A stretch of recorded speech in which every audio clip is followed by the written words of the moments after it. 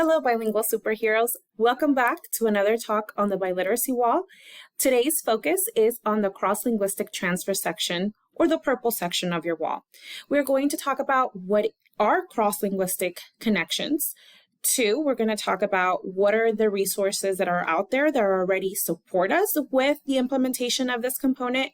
And then 3, what does the visual look like on what is it that I put on my wall? All right, are we ready? Let's go.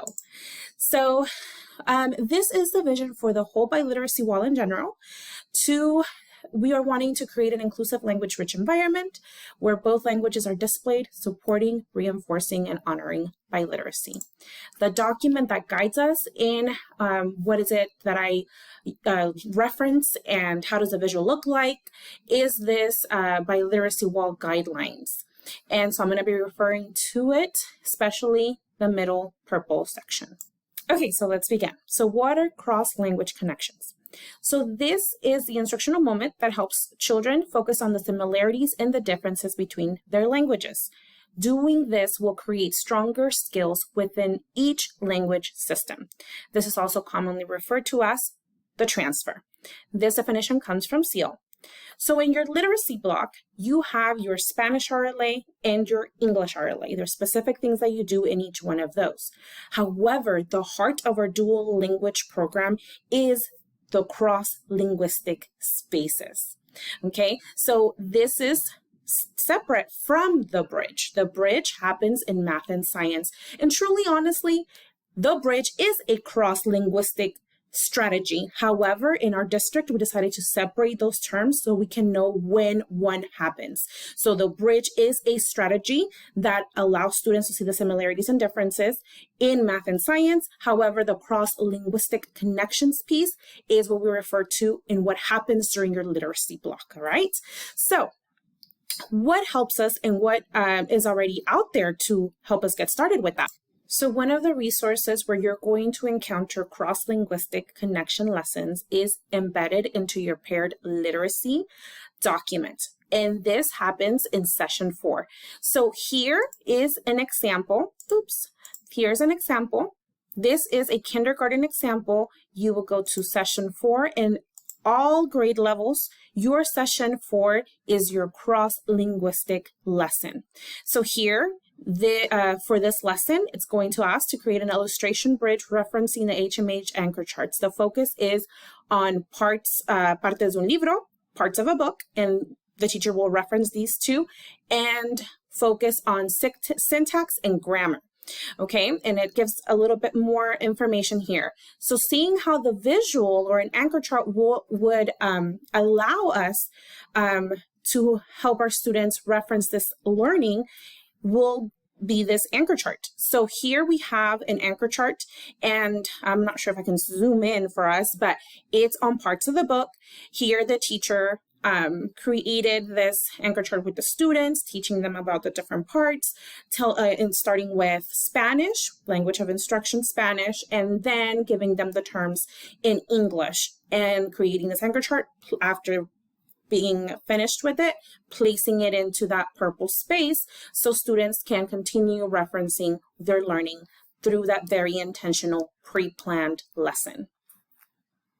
Another place you will encounter cross-linguistic lessons is in your sound spelling transfer kit. And so remember, we use the one-way dual language word study scope and sequence document to guide us and know which letter we are supposed to be teaching for the next 5 days or in kindergarten for the next 10 days. Naturally, if you're using this resource and using the pacing that comes with it, you will see the different types of opportunities to engage in cross-linguistic work. So you will follow this, and again, it's also very scriptive. It gives lots of information as far as cards and also even tables that you can engage your students with that work. Okay, so now another thing, teachers, you can do is also create your own cross-linguistic lessons. As you know, in your companion document, we have suggested books that could happen during your red block or your blue block.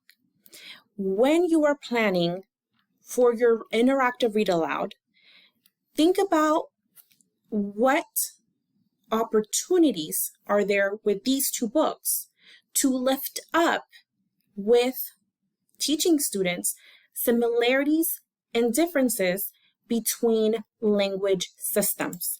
What I mean by that is, can I pull a sentence from both books and point out either the similar sounds, or maybe there's cognates or prefixes or suffixes, or syntax and grammar, some of that word order, and you're wanting to point out how it is written in Spanish versus English, or even the pragmatics.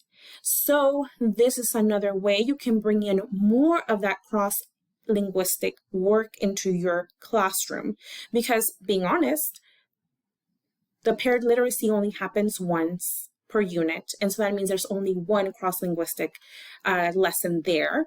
And then we encounter it again in the sound spelling transfer kit. However, it is not enough. If we remember from the beginning, the more that we expose students to the similarities and differences between their language, the better skills are going to be developing in both language systems. So this is where the document that I showed you at the beginning, the Biliteracy Wall Guidelines, come into play. We're going to do a little quick review. With the cross-linguistic lessons, we want to make sure that we are focusing on one of the language systems, either morphology, phonology, syntax, or grammar. We've referenced a sound spelling transfer kit. We also have the capacity to create our own pre-planned instructional moments. We can use visuals, right, with our anchor charts. We can either do a side-by-sides, illustrations, or así se dice. Here you can also reference the sound spelling transfer kit sound cards. And here it is also additional resources. You will reference your paired literacy cross-linguistic section and the sound spelling transfer kit. And again, you also can create your own in days that you are not engaged with a paired literacy. All right, teachers, thank you so much for your time. As always, if you want us to see your great work out there, you can email us, you can follow us on X, you can share your pictures there following the hashtags on this slide. All right, thank y'all and have a wonderful day. Bye-bye.